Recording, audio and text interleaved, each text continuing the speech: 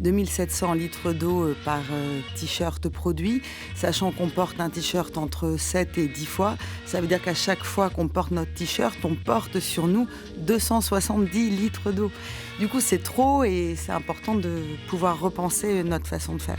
La matérialité des vêtements exprime l'histoire, la façon de faire, les valeurs de vêtements que l'on porte à même notre corps. Maintenant, on achète des vêtements tout faits, on ne se pose même pas la question de comment c'est fait. En fait, c'est énormément de travail. On croit, quand on l'achète comme ça, vite fait, que hop, c'est comme par magie, puis on peut en acheter un, puis un autre, et on s'en lasse.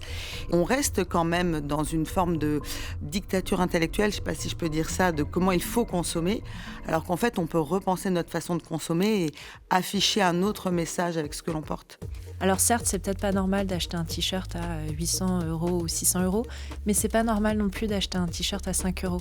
Il faut trouver la juste mesure aussi. Quelque part, quelqu'un va payer le prix de cette sous-cotation de l'habit qu'on achète.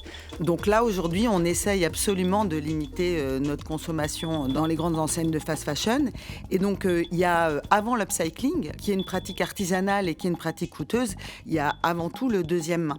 Donc le deuxième main, il y a plein d'associations dans toutes les villes qui récupèrent des vêtements, qui font du tri et qui peuvent vous proposer des pièces. En fait, elles sont uniques parce qu'elles ne sont pas vraiment sur le marché aujourd'hui. Donc si vous trouvez la pièce dans une boutique de deuxième main, on peut dire qu'elle vous appartient.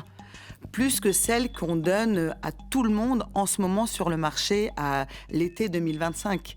Qui es-tu toi-même ? Tu n'es pas juste le phénomène d'une tendance.